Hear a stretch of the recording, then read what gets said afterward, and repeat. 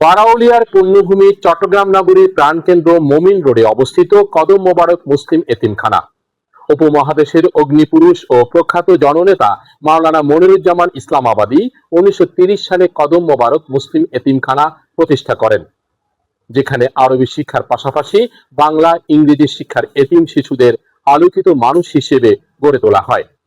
এতিমখানা পরিচালিত প্রকল্পগুলো হলো নুরানি বিভাগ, নাজেরা বিভাগ, হিফজুল কোরআন, ফোরকানিয়া মাদ্রাসা, ইবতেদায়ী প্রাথমিক বিদ্যালয়, উচ্চ বিদ্যালয়, কম্পিউটার প্রশিক্ষণ কেন্দ্র, বৃত্তিমূলক প্রশিক্ষণ, দাখিল হতে আলিম পর্যন্ত আরবি শিক্ষা, একাদশ দ্বাদশ শ্রেণী পর্যন্ত লেখাপড়ার সুবিধা। প্রায় 4 শতাধিক এতিম শিশু থেকে শুরু করে উচ্চ শ্রেণী পর্যন্ত এখানে পড়ানো হয়। বর্তমানে কদম মোবারক মুসলিম এতিমখানার কার্যক্রম পরিচালনা করতে গিয়ে হিমশিমে পড়তে হয়। উপমহাদেশের অগ্নিপুরুষ মাওলানা মনিরুজ্জামানের হাতে গড়ে ওঠা ঐতিহ্যবাহী কদম মোবারক মুসলিম এতিমখানা শিক্ষাক্ষেত্রে অবদান রাখতে সমাজের দানবীর, সমাজ হৈতৈষী ব্যক্তিদের সাহায্য প্রার্থনা করেছেন পরিচালনা পর্ষদ। দৈনিক নবচেতনা, চট্টগ্রাম। কদম মোবারক মুসলিম এতিমখানা প্রতিষ্ঠিত হয়েছিল 1930 সালে মনোরাম মনিরুজ্জামান ইসলামাবাদীর তত্ত্বাবধানে।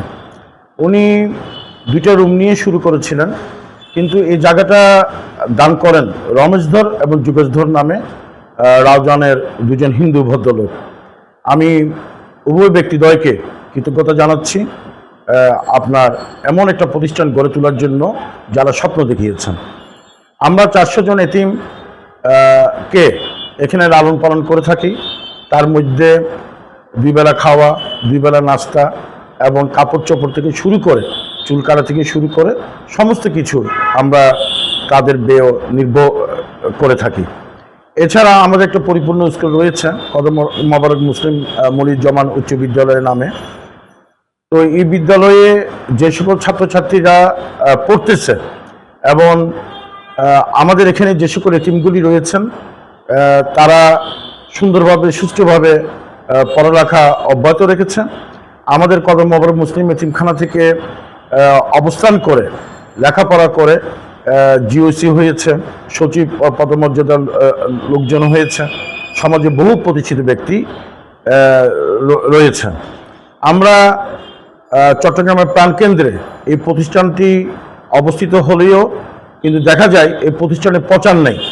আমরা যে এতগুলি ছেলেদের দায়িত্ব নিয়েছি এটা কোনো প্রচার নেই। আমরা নামমাত্র মূল্যে আপনার ভাড়া পাই, কারণ বিল্ডিংগুলি অনেক আগে থেকে তৈরি করা, কিন্তু যুগের সাথে তাল মিলিয়ে তাদের খরচ চালাতে গেলে আমাদেরকে হিমশিম খেয়ে যেতে হয়। আমরা পরিচালনা পরিষদে যারা রয়েছি তার মধ্যে ধনাঢ্য ব্যক্তিরা যারা রয়েছেন তারা এখানে টাকা পয়সা দান করে বলে এই প্রতিষ্ঠানটা এই পর্যায়ে চলছে। আমি চট্টগ্রামে আপামর জনসাধারণকে অনুরোধ করব, তারা যদি একটু তাদের দান থেকে আমাদেরকেও যদি দিয়ে থাকে তাহলে এই প্রতিষ্ঠান পরিপূর্ণ পেতে আমাদের কোনো অসুবিধা হবে না। বিসমিল্লাহির রহমানির রহিম। মাওলানা মনিরুজ্জামান ইসলামাবাদী আমাদের এই কদম মোবারক মুসলিম এতিমখানা 1930 সালে প্রতিষ্ঠা লগ্ন থেকে আজ পর্যন্ত যারা এই কদম মোবারক কমিটির অতীতের যে সমস্ত কমিটির দিকে সচেতনতার সাথে তাদের জিজ্ঞাসাবাদ করা হচ্ছে সে বিষয় নিয়ে, এবং সবার সুস্বাস্থ্য দীর্ঘায়ু কামনা করতেছি। রহমানির রহিম। আমি মোহাম্মদ আবু জহুর, প্রধান শিক্ষক কদম মোবারক মনিরুজ্জামান ইসলামাবাদী উচ্চ বিদ্যালয়। আমি প্রধান শিক্ষক হিসেবে 2008 থেকে আছি।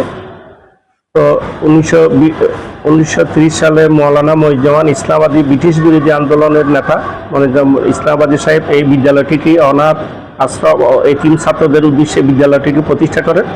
তখন থেকে 1930 সালে থেকে এটা অ্যাপ্লিকেশন গ্রান্ট পেয়েছে এবং মঞ্জুর পেয়েছেন। তারপর থেকে এই বিদ্যালয়ে হাঁটে হাঁটে পা করে এটুকু আসছে। প্রথম আমরা 4 জন টিচার ছিল, 75 টাকা ক্যাপিটেশন গ্রান্ট পেয়েছিল। এরপর থেকে আস্তে আস্তে 1990 সালে পূর্ণাঙ্গ হাই স্কুল হিসেবে রূপান্তর লাভ করে। প্রথম থেকে 8ম শ্রেণী পর্যন্ত। এরপরে 90 সালে 1/1/1990 ইংরেজি থেকে সেটা SSC পর্যন্ত পরীক্ষা দেওয়ার অনুমতি লাভ করে বোর্ড থেকে। এই পর্যন্ত বোর্ড থেকে পরীক্ষা দিয়ে এটা একটা আদর্শ উচ্চ বিদ্যালয়। এতিম বাচ্চারা এখানে অত্যন্ত সুন্দর মনোরম পরিবেশে পড়ালেখা করে আসতেছে। তাদের চাল চলন আচার ব্যবহার প্রতিটি একটা নৈতিক এবং শৃঙ্খলা আবদ্ধ। সবসময় তারা ভালো পড়ালেখা করে এবং এই বিদ্যালয়টাকে একটা মান উন্নীত করছেন। গত বছর আমাদের যে বৃত্তি পরীক্ষা দিয়েছে, জুনিয়র বৃত্তি পরীক্ষা হয়েছিল, সেখানে 5 জন ছাত্র অংশগ্রহণ করেছে। 5 জনের মধ্যে 3 জনেই আমাদেরকে বৃত্তি পেয়েছে। আসসালামু আলাইকুম রহমতুল্লাহ বরকাতু। আমি কদম মোবারক মুসলিম এতিমখানার বর্তমান ক্রীড়া সাংস্কৃতিক সম্পাদক মোহাম্মদ আলাউদ্দিন আলিনুর। লগ্ন থেকে আজ পর্যন্ত এতিমখানার সম্পূর্ণ কাজগুলি চলমান রয়েছে। এখানে এখনো অনেক কাজ বাকি আছে। চট্টগ্রামের স্বনামধন্য ব্যবসায়ীরা যারা আছেন এবং যারা যুগে যুগে পলিটিক্যাল যত লিডাররা আছেন সবাই এই এতিমখানার জন্য সাহায্য সহযোগিতা করেছেন।